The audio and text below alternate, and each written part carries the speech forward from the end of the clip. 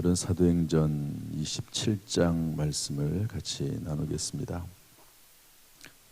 우리 성경의 제목을 달아놨는데 바울이 로마로 압송되다 이런 제목입니다. 따라합시다. 바울이 로마로 압송되다. 이제 사도 바울이 로마 황제로부터 재판을 받고 싶다. 그러니까 죄가 없음을 알매도 불구하고 사형이나 결박을 당할 만한 행위가 없음에도 불구하고 사도 바울의 상소로 인해서 로마로 가게 됩니다. 로마로 가게 되는데 우리 1절 27장 1절 말씀 한번 같이 읽어보겠습니다. 27장 1절 시작.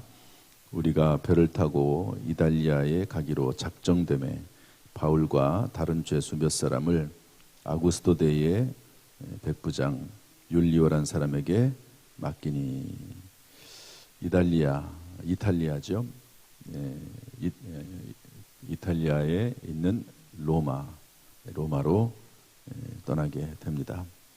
그런데 그 일을 맡은 사람이 누구냐면 율리오, 사도 바울과 또 이제 로마에 가서 재판받아야 될 다른 죄수들 몇 사람까지 포함을 해서 이제 로마로 가게 되는데 율리오라고 하는 사람이 이제 대동하게 된다 하는 것이죠. 그런데 율리오가 3절 말씀 보니까 사도 바울에게 친절히 대해줍니다. 그리고 친구들하고도 자유롭게 만날 수 있도록 또 같이 식사도 할 수 있도록 최대한도로 배려를 해주죠. 여기저기 이렇게 거쳐서 그레데라고 하는 곳에 8절에 보니까 미항이라고 하는 곳에 도착을 합니다.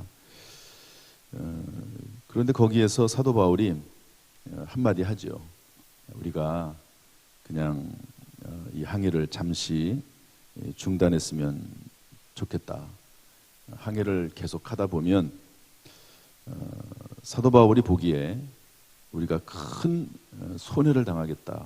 자칫 잘못하면 생명까지도 위협에 빠지겠다. 이렇게 얘기를 했더니 우리 11절 말씀부터 13절까지 한번 읽어보겠습니다. 10절부터 읽어보죠. 10절부터 13절까지 시작. 말하되 여러분이여 내가 보니 이번 항해가 하물과 배만 아니라 우리의 생명에도 타격과 많은 손해를 끼치리라 하되 백부장이 선장과 선주의 말을 바울의 말보다 더 믿더라. 그 항구가 겨울을 지내기에 불편하므로 거기서 떠나 아무쪼록 베닉스에 가서 겨울을 지내고자 하는 자가 더 많으니 베닉스는 그레데 항구라. 한쪽은 서남을 한쪽은 서북을 향하였더라. 남풍이 순하게 불매 그들이 뜻을 잃은 줄 알고 닻을 감아 그레데 해변을 끼고 항해하더니.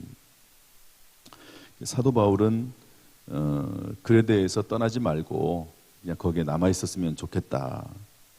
그렇게 얘기했습니다. 그래서 21절을 보면 이제 그런 말이 나오죠. 그런데 결정권은 백부장에게 있습니다. 그런데 선장과 선주의 말은 그게 아닙니다. 그리고 선장과 선주가 사도 바울의 말보다 선장과 선주의 말을 이제 백부장이 더 신뢰하는 거죠. 이것은 당연한 일일 겁니다. 선장과 선주는 전문가죠. 그리고 그 항해를 여러 번 했을 것입니다. 그러니까 당연히 선장 말 듣고 선주 말을 들어서 행동하는 게 옳겠지요. 그런데 우리의 삶 가운데는 변수라는 게 항상 있습니다. 변수. 항상 이번 항해는 또 계절적으로 볼 때 그냥 지나가도 되겠다 이렇게 생각이 될 수 있지만 인생에는 변수가 꼭 발생하게 되어 있습니다. 그 변수를 누가 알겠습니까? 아무도 모르는 거죠. 그런데 마침 13절에 보니까 남풍이 순하게 붑니다. 됐다. 이 선장과 선주의 말대로 바람이 이렇게 순하게 잘 불고 있으니까 이 선장의 말을 듣고 배를 띄우는 게 좋겠다. 그렇게 생각을 해서 떠나가게 되는 것이죠. 그러나 그 결과가 뭐냐? 14절에 보니까 얼마 안 돼요. 이거 얼마 안 돼요라고 하는 말은 또 그리고 이게 광풍이라는 말이 나오는데요. 이게 광풍이라는 말이 큰 바람이다 이런 의미가 아니고 돌풍입니다. 갑자기 일어난 그런 풍랑을 말하거든요. 유라굴로라고 하는 미친 바람, 큰 바람이 갑자기 예상 못하게 일어나게 되는 겁니다. 그래서 배가 밀려서 그냥 떠나가는 거죠. 어쩔 수가 없습니다. 사람의 힘으로는 도저히 할 수 없는 일들이 일어나는 거죠. 그래서 배 안에 있는 것들을 다 내버립니다. 배를 최대한 대로 가볍게 하기 위해서. 그리고 그래서 19절 보니까 사흘째 되는 날에는 배의 기구를 그들의 손으로 다 내버립니다. 어쩔 수가 없습니다. 다 버려야 돼요. 이제는 아무리 귀중하게 생각을 하더라도 그걸 가지고 있으면 배의 무게 때문에 배가 파손할 수 있으니까 다 버리는 거죠. 그러나 그럼에도 불구하고 20절 말씀 보니까 여러 날 동안에 해도 보이지 않고 별도 보이지 않고 큰 풍랑이 그대로 있으니까 구원의 여망마저 없어졌더라. 구원에 대한 소망이 다 사라진 것이죠. 아마 가장 불행한 것은 무엇이냐, 가장 두려운 것은 무엇이냐, 가장 인생에 있어서 고비가 뭐냐, 그것은 소망이 없어지는 거죠. 아무런 소망이 없어지는 겁니다. 아무런 가능성도 없는 겁니다. 그런 상황까지 다 오게 된 것이죠. 이런 고난에 처하게 된 이유가 뭡니까? 첫 번째 이유는 하나님의 사람의 충고를 듣지 않았습니다. 물론 하나님의 사람이긴 하지만 또 전문가의 말을 듣는 것이 더 옳다고 생각이 될 수도 있지만 어떤 경우에 하나님께서는 전문가의 말보다도 하나님의 사람의 말을 더 중요하게 하나님께서 그 입술에 음성을 들려주시고 또 하나님의 사람이라고 하는 것은 여기서 이 사도 바울이 늘 말씀 가운데 은혜 가운데 충만하고 하나님의 성령 가운데 함께 있기 때문에 곧 하나님의 음성이라고 볼 수 있습니다. 그래서 하나님의 사람이라기보다도 하나님의 음성이죠. 하나님의 말씀을 의미합니다. 하나님의 말씀을 듣지 않은 거죠. 선장과 선주의 말보다 바울의 말보다 더 믿더라. 다시 말해서 하나님의 음성, 하나님의 말씀을 듣지 않은 겁니다. 그러면 결국에는 유라굴로라고 하는 전혀 예상하지 못했던 그런 광풍을 만나게 됩니다. 주변 환경은 다 좋아요. 남풍이 순하게 부니까 다 모든 것이 다 좋습니다. 그러니까 당연히 선장과 선주의 말을 따라서 가는 것이 옳겠지요. 그러나 갑자기 유라굴로라고 하는 광풍이 불어오는 것은 아무도 막을 수가 없는 것이죠. 순풍에 속은 겁니다. 순풍에 바람이 잘 불어서 모든 것이 이렇게 순조롭게 잘 되는 것 같은데 사실은 거기에 속은 거죠. 우리가 보는 그런 눈으로 보는 것, 그것이 우리의 인생에 큰 어려움을 가져다주는 경우도 있습니다. 그래서 결국에는 유라굴로라고 하는 광풍을 만나게 되고 그리고 구원의 소망마저 다 사라져버린 그런 환경이 되어버리고 만 것입니다. 우리가 순간순간마다 하나님께서 들려주시는 음성들이 있습니다. 그것이 설교 시간을 통해서 됐든 성경 말씀을 읽는 그 시간을 통해서가 됐든 아니면은 어떤 또 다른 음성을 통해서 또 다른 그 누군가를 통해서 들려준 음성이 됐든지 간에 그 음성이 들려질 때 하나님은 세미한 음성으로 또 말씀하실 때가 많습니다. 그 음성이 들려질 때 그 말씀에 순종해야 되는 거죠. 남풍이 순하게 불어도 내 마음 한구석에서 깊은 내 마음 속에서 또는 하나님의 말씀을 통해서 들려주시는 그 음성에 순종해서 살아가야 되지. 그렇지 않으면 갑자기 광풍이 닥치는 겁니다.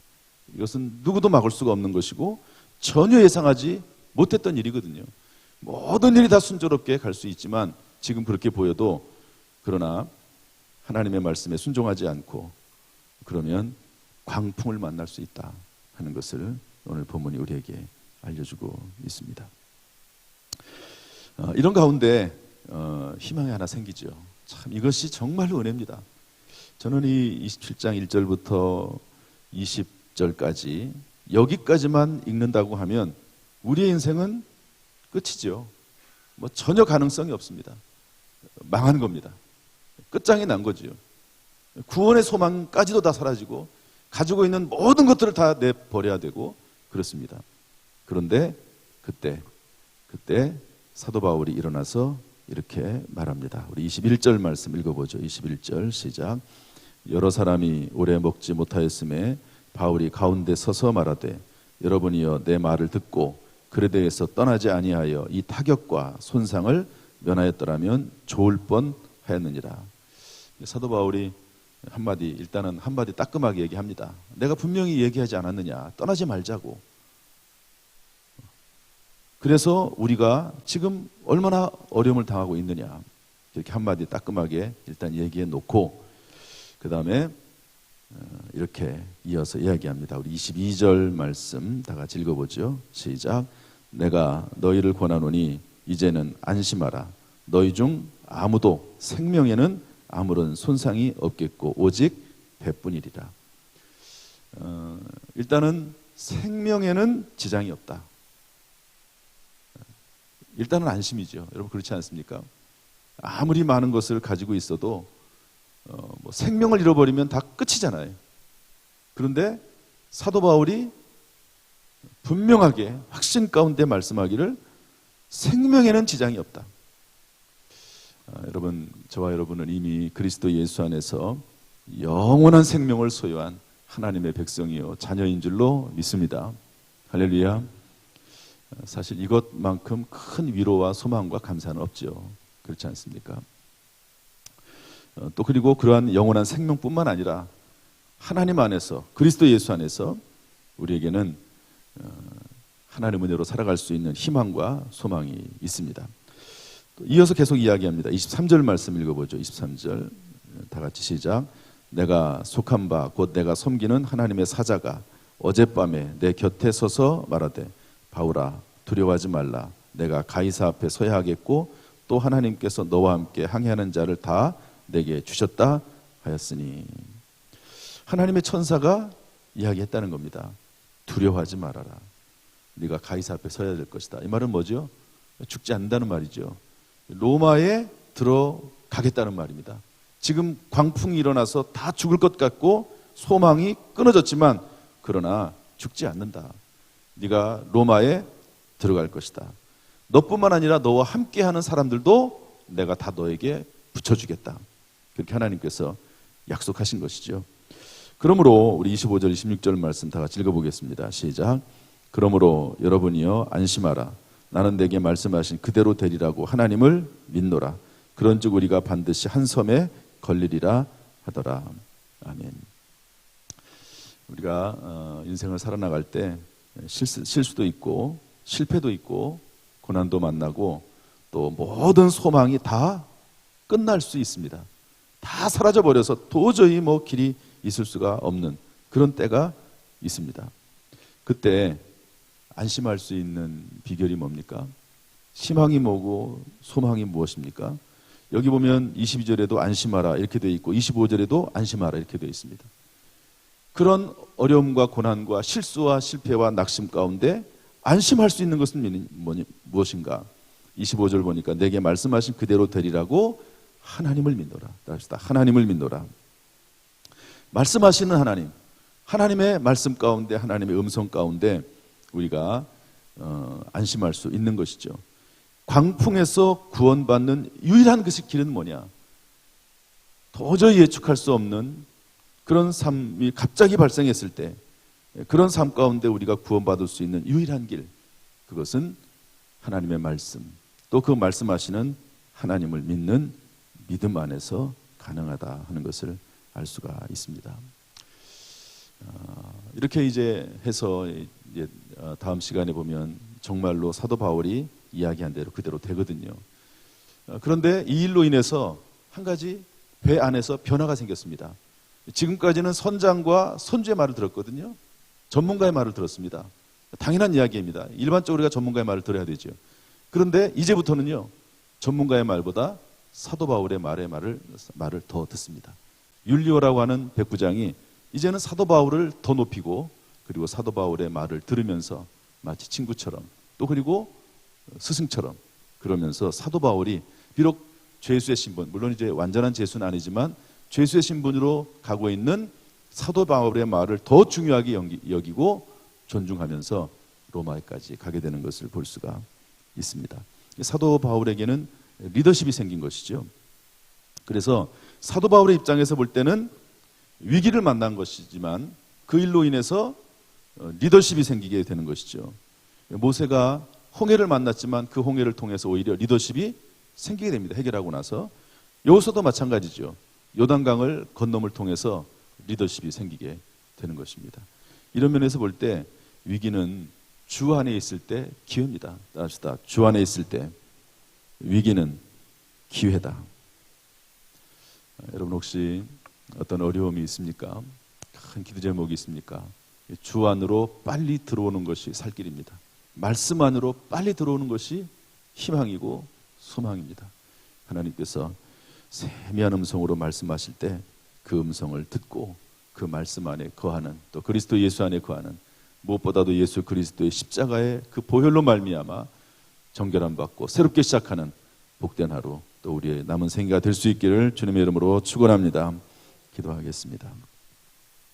하나님 아버지, 오늘도 주의 귀한 말씀을 들려주시니 감사합니다. 이 말씀 속에 있는 주의 음성을 듣고 오늘 하루도 살아가게 하시고 그로 인하여서 승리하도록 인도해 주옵소서. 반드시 잘되게 하시고 오히려 더 잘되게 하시고 크게 잘되는 역사가 우리 모두에게 임하게 하여 주옵소서. 예수님의 이름으로 축복하며 기도하옵나이다. 아멘. 이제는 우리 주 예수 그리스도의 은혜와 아버지 하나님의 무한하신 사랑과 성령님의 교통하심이 이 시간 저 앞에 나와 예배드리며 기도하며 찬송하는 우리 모든 성도들에게 그 가정, 직장, 사업, 자녀, 심령 위에 함께 하시기를 간절히 축원하옵나이다. 아멘.